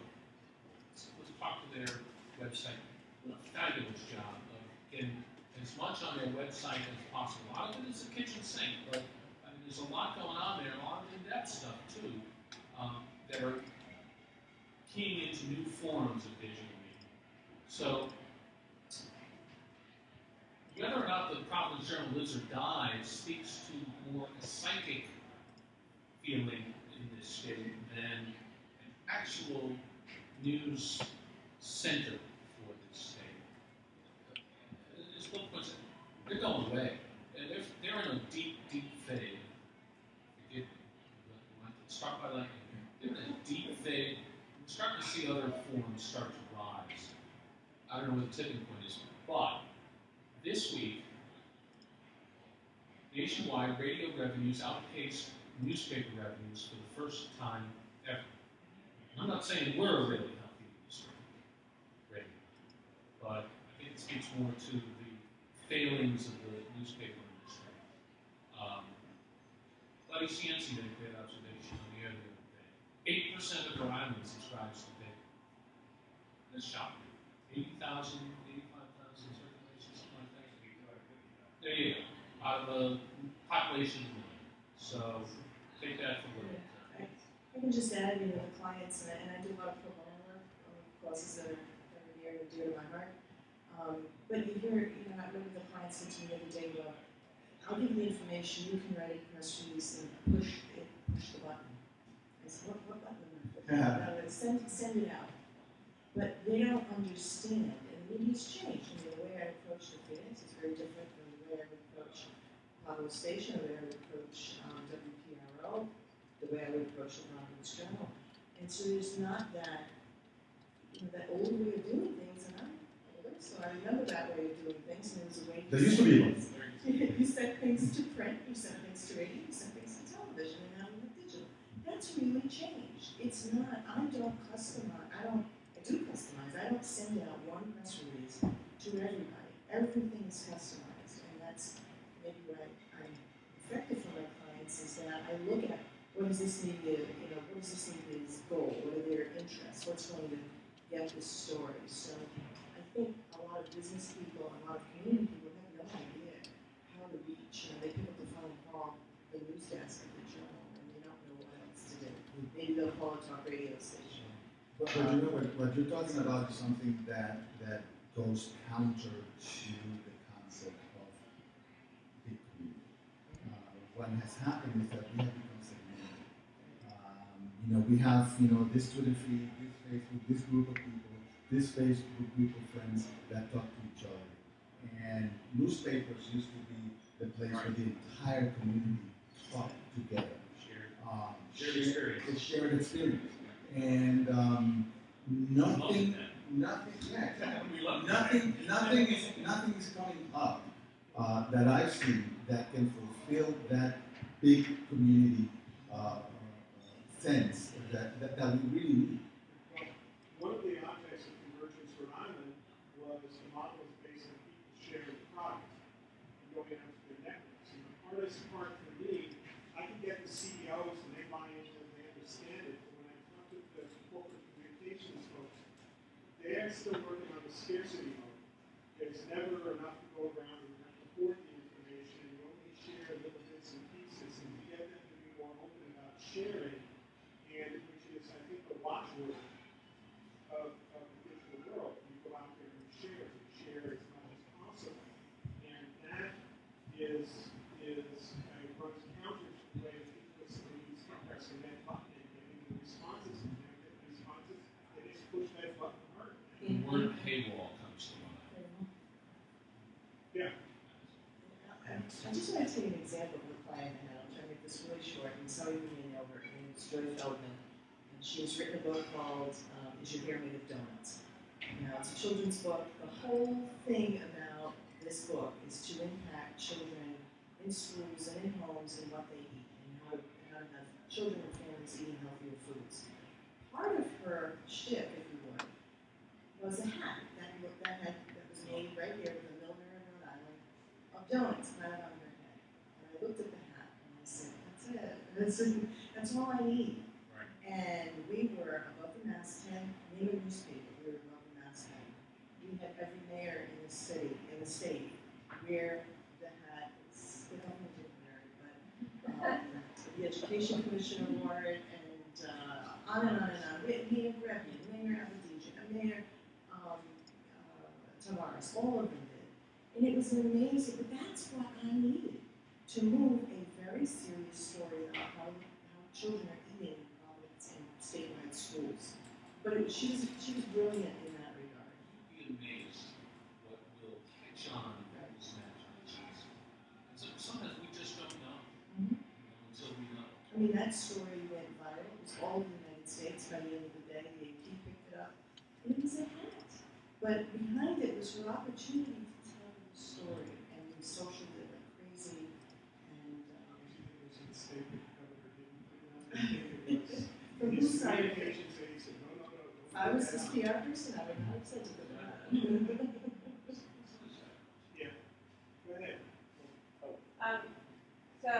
Full disclosure, I'm a former journal subscriber, a former Phoenix columnist, a current blogger with Reza at Women's Fund of Rhode Island. I would love to see a relevant Providence journal, and I get from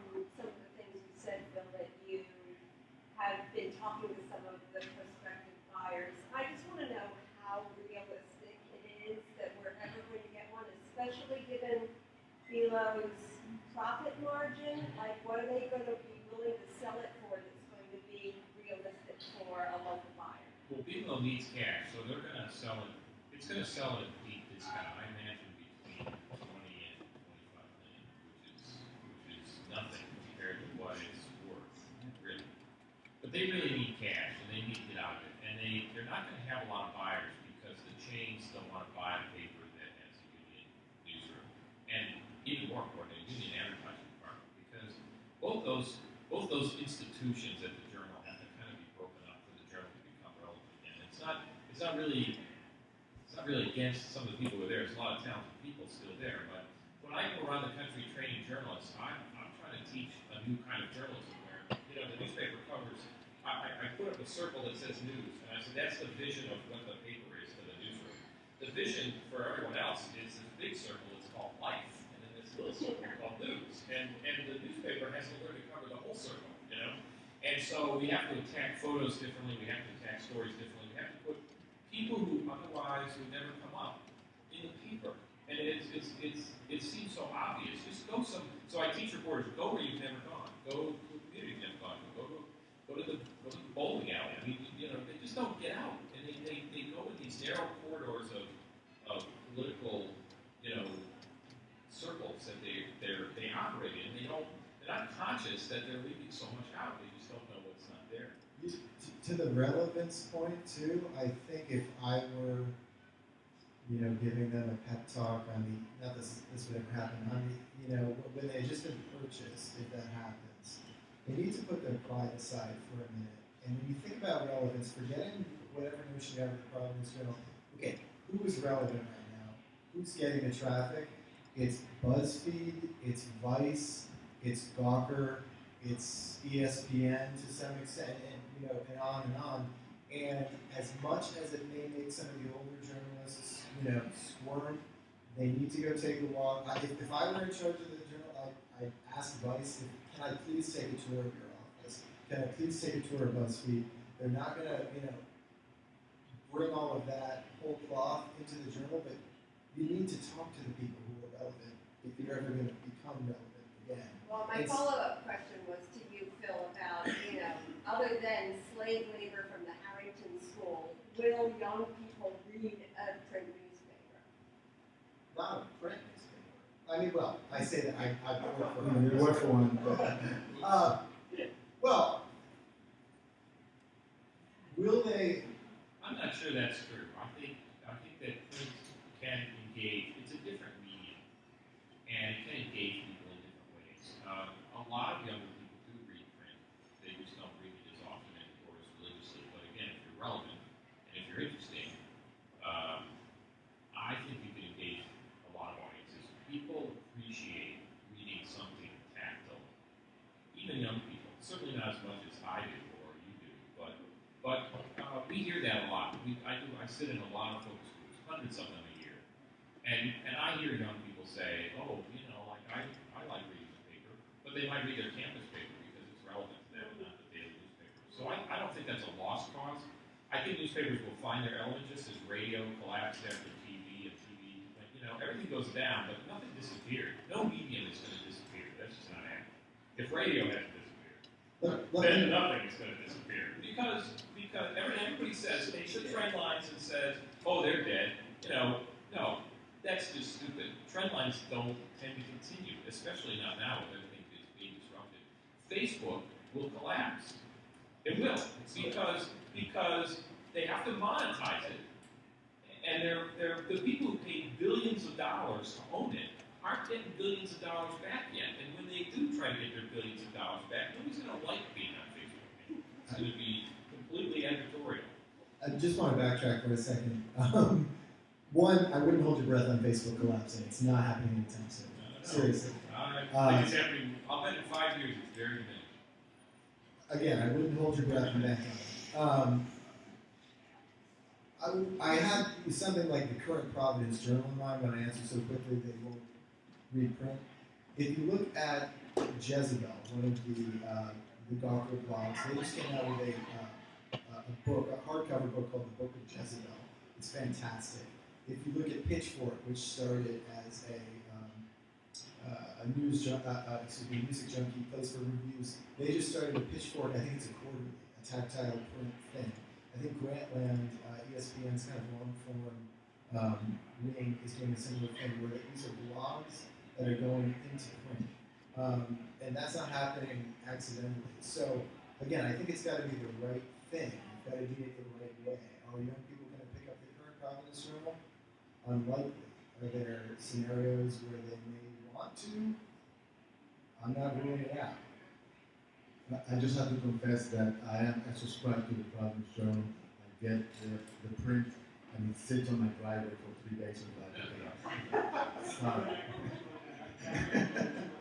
Yeah, I guess, I think some of the points you're raising on content are long overdue. Phil, I think you had some wonderful points in terms of engaging schools in the process and trying to start earlier to get them sort of involved. But the other part of the newspaper business, and as you're looking for those people to take over the newspaper, it's an economic entity. And the bottom line is, it has to, hopefully it can make money, and I think a lot of people will be very happy with 14% a year. So I think there's, I clearly think there's a hope for that. But, I guess the bottom line is, it seems to me the newspaper needs to be relevant in terms of being a cheerleader for the state, in terms of galvanizing a sense of optimism in the state, in terms of bringing everybody from the resources together. We're basically saying the journal's role is what it used to be 100 years ago. God damn it, we're going to make it work for the state. And we're going to give ways for that to happen. My question is, and I believe in that wholeheartedly, but how do you deal with the generation that's out there saying, yeah, but we don't really need to read it? Well, you're not going to get Craigslist classified advertising back. You're not going to get the reliable car dealership ads back, and all of the things that used to make running a newspaper a license to print money. You have to create new things that people want. I mean, how old is the New Yorker Festival? It's got to be less than 10 years old, right? The Providence Journal has a gorgeous auditorium that I just kind of discovered because I went to an event there that was pretty not very highly publicized, and I was like, why aren't they using this more? It's this beautiful Art Deco space.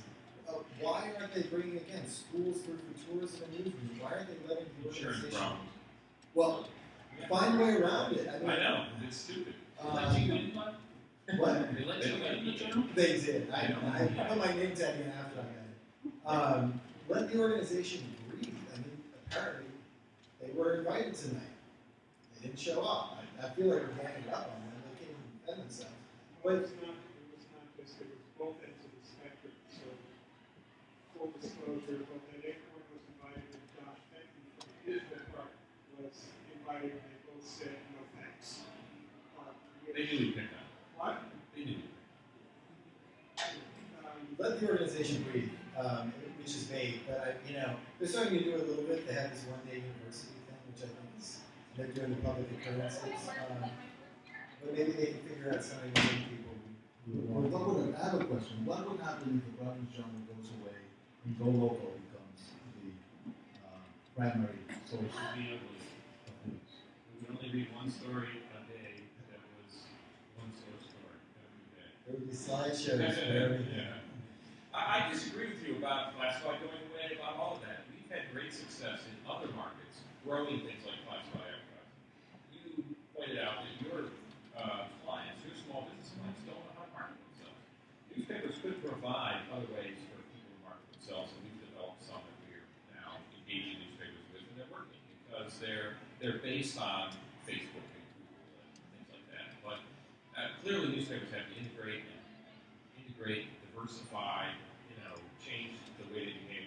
One of the problems we have here in Rhode Island is Providence Journal is so incestuous, it's such a closed society that they're just incapable of even imagining a lot of this stuff because almost everybody there has spent too much of their career there, and every manager there came up through the ranks there. And so they really don't know another way to do things. I was such a radical when I was there, going crazy because I was coming from outside saying, good grief, why would we do it this way? And I created a photo column that I told the photographer, your job is to find somebody who will never be in the newspaper and photograph it.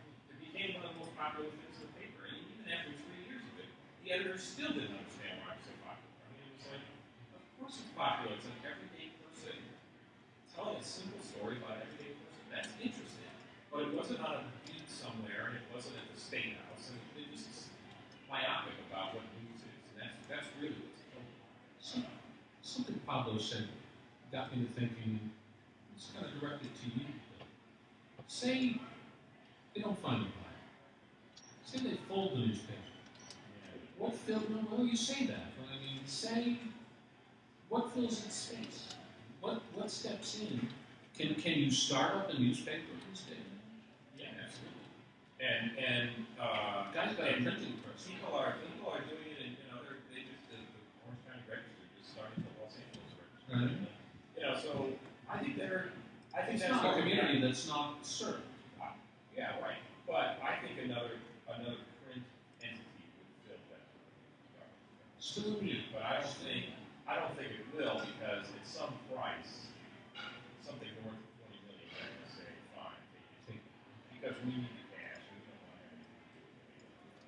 They're not going to go away. It's not going to go away. There's a lot of interested buyers locally.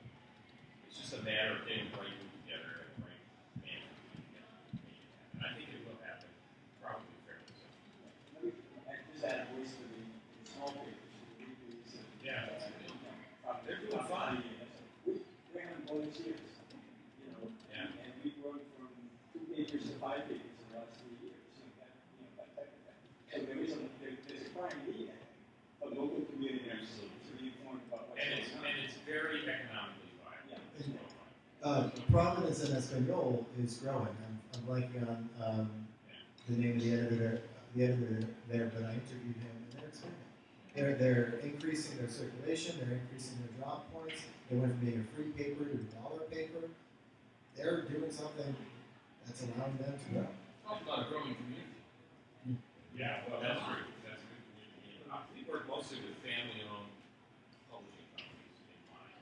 And we work with papers in Sumter, South Carolina, Gillette, Wyoming, and all these different places. And they are doing just gangbusters. They're doing just fine. We don't see any of these problems. This is mostly a problem of big cities and bad management and investor ownership and investment instead of big cities. Yeah. and management at the Journal, and I was there for 13 years. I was deeply embedded in the place. Management at the Journal is really tough. They're just not change oriented at all, and it's very difficult. It's very difficult without changing the management. Just really quick, I do want to stand up for them a little bit against myself, because they do a lot of really good work over there. In particular, for example, I think their recent coverage of the state overdose crisis has really been exemplary. They went multimedia with it. They did amazing graphics with it. They made little videos. One, for example, was a 4-minute video of a guy who was a former addict who had learned from a very young age to forge prescriptions. They found this guy with an amazing story and told it really well in video. They had maps of how many people were dying in various cities, and presenting things in just amazing graphs and storytelling. That's just one example of really good work that's going on. So, it's a lot of it. Yeah. So, full press. I think the shocking thing is, if newspapers go away, it will really hurt much more than just newspapers, our communities, but also, at one point in Providence, when I was at the Journal, there are 39 cities and towns. There were 5 mayors under indictment. Okay? A lot of that happened because of journal reporting and journal exposés, and the governor and his land deal, that was all exposed by the Journal. That's not happening as much anymore. We're going to miss that. We are screwing up as a community if we let that go away somehow. It's going to be bad. Rhode Island without reporters is a scary idea.